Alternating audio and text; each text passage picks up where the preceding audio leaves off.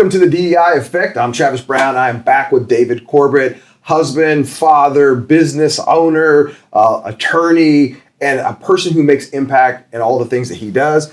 I'm so glad you're here still chopping it up, because now it's time to talk about the DEI effect. Everybody's talking about this. So my first question is what's DEI to you? Wow, that's a good question. DEI can be defined by different things. To me, it is finding an opportunity, or it is really reaching down and allowing people to be their best without restriction. Mm-hmm. It is looking at your organization, looking at your business or corporation, and removing the barriers that some may have to actually utilizing the skills and talents that they have. And so for me, DEI is inherently enhancing and increasing the value of your business by taking out roadblocks that would otherwise be there.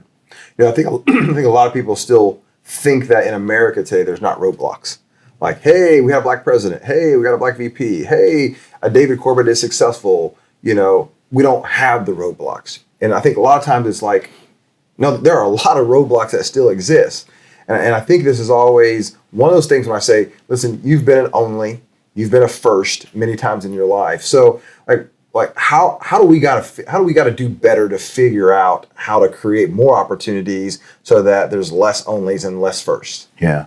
Well, that's a tough question too. But what I would tell you would be the way to do it is through communication and conversation. There's no way you are going to change someone's mind without conversation, without being genuine. And so finding opportunities and ways to increase the discourse and discussion of what it is to be American, what it is to be African American, what it is to not be African American, and understanding what challenges are presented, I think is how we move the ball forward. I'll tell you again, so being in law firm life is not without its challenges. What I have hopefully done is I have, within my law firm, I have presented the issue not in terms of what's best for me, but what's best for our organization. I try to present the issue from a business standpoint, because those that aren't raised, in a society or aren't subject to certain oppressive aspects of society sometimes can't appreciate or don't even see the oppression going on right there in front of them. Right. And so what I try and do is I don't focus on why it would make me feel better, but how removing some of these obstacles or challenges would make you make more money, and put the value, or how do we keep score of whether we are doing the right things in ways that people can appreciate. Yeah. And although you don't have to, doing the right thing shouldn't always equate to money, but doing the right thing actually brings you more value from the people that are there than you otherwise have. Because there's a real strong business case that Absolutely. people have ignored. I mean, we launched our diverse and talented, like trying to show people you can be both diverse and talented. Mm-hmm. It's not an or, but also showing what that means. We can think like more of your clients, more of your internal employees. Like we have a vast knowledge versus the all white agencies that really, are often our competitors. One of the things that people in the seat have often talked about is authenticity and being able to show up. Law to me has always been like a stuffy type thing where you had to come a certain way and put a certain mask on to be accepted, right? How have you started out? Well, first of all, did you have to start out that way, or think you have to start out that way? Have you changed that? How do you show up authentically? And even today, as a partner and all the things that you've done, do you get to really be your authentic self? That's another wonderful question.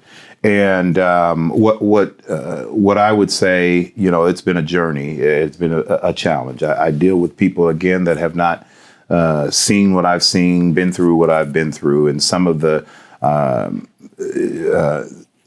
what was a blessing out of a traumatic situation in George Floyd, in his untimely death, was COVID and the pandemic brought an opportunity for people that might be otherwise uninterested in that story. They could not run away from it. They couldn't turn their heads. It was on every TV in the nation. And what we saw was there was a man, no matter how you look at the situation, there was a man who was killed, and the purveyors that brought about his death acted with a thought of immunity, and they treated him differently than they would have treated him had his skin color been different. And so, what has happened to me during that was I realized, I never wore facial hair. I wait until it's gray to wear facial hair. But I never wore facial hair. One of the things I presented to some of my white brothers and sisters is that, let me tell you why I never wore facial hair. Because facial hair, if you look at the testing and the numbers, facial hair, people with beards are viewed as more aggressive. And you compound that on top of black men with the beard, black men are viewed as more aggressive. Combined with facial hair, they're doubly aggressive.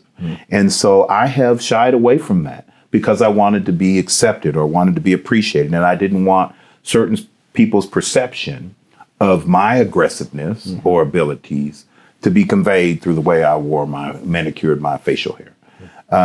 What George Floyd taught me was one day I'm going to die. And I could die for just being black. And that I need to be proud of what God gave me in my facial hair. And I should not, at least when I'm at a point in my career, in my life, that I can wear my facial hair how I want, I should do it. And I should do it not only for my own fulfillment, but for those that come after me that are trying to figure out their white way. So the moral of that story is, one thing, everybody has to look the part. You got to wear clothes. I wear suits when I have to go to a meeting that you're supposed to wear suits. I groom myself well, but you should feel the freedom like everybody else to be who you want to be. And I would express that don't do things that are going to keep that $1 million check from coming in. Yeah. But if you believe you are doing something that is standard fare for the market, then when the time is right, you should be yourself. Yeah.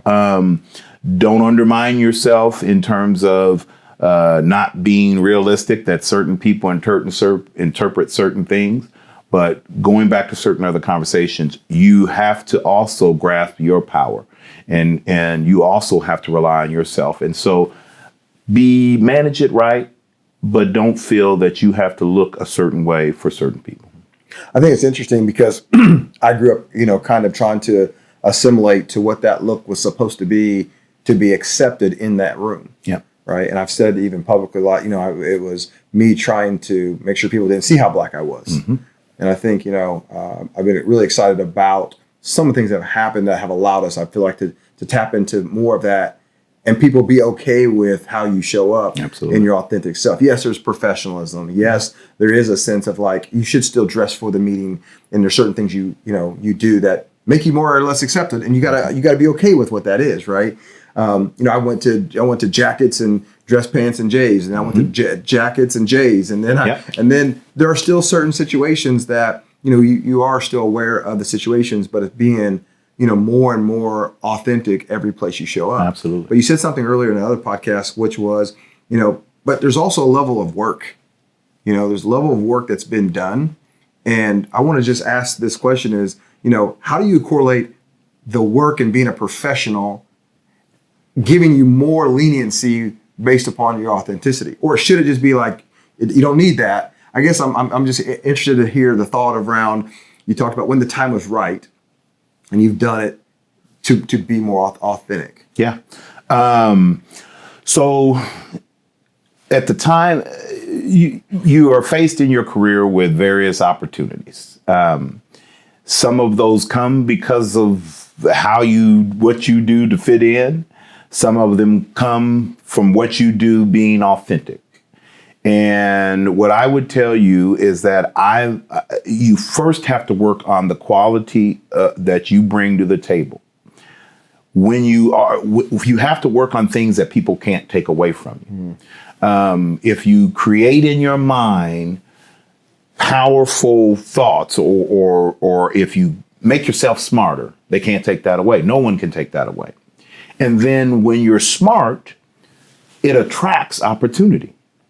Once you get that opportunity and aggregate it, you then you move to a place where you can then start calling more of the shots. Whether that means because you are viewed internally in your organization as someone we need, or whether that is viewed because of externally somebody people want to work with. Either way, you move to a level in your career and your status that you're going to attract work, and then you can be more authentic.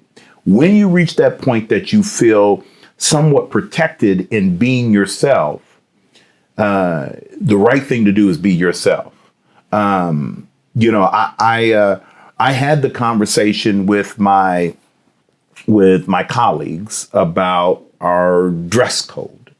And the statement, I won't go into the back and forth, but what I will say is my comment to some of my colleagues who were not African American was, I really don't want to dress like you. I want to dress like me. And the reason why I want to do that is because when I dress like me, I do better out there. I do better with talking to people in marketing, rather than look like you talking how I talk and thinking how I think. I want to look like me, so that's not in my mind. And all I'm doing is presenting my wares, presenting my abilities, presenting what I can do for them.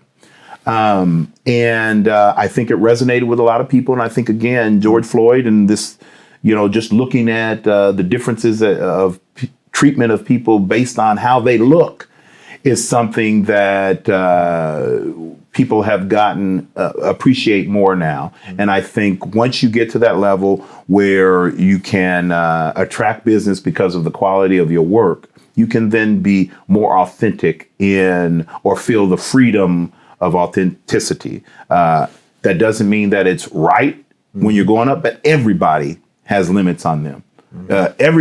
No one can be anything and everything they want to be and think that they are going to reach that pinnacle of success. You always have to change or mold yourself to be in the moment and in the situation. But then once you presented with opportunities because of you created the quality opportunity to present quality work, then you can also add to that authenticity and encourage others to be authentic too. I think that's some great advice, just to understand that there's a time and there's a place, there's a level of influence and there's a room, and you have to figure out for you individually how you show up and how you present. But I love all of your insight. Dave, thanks so much for coming by and chopping up with me. And DEI Effect, it's a wrap.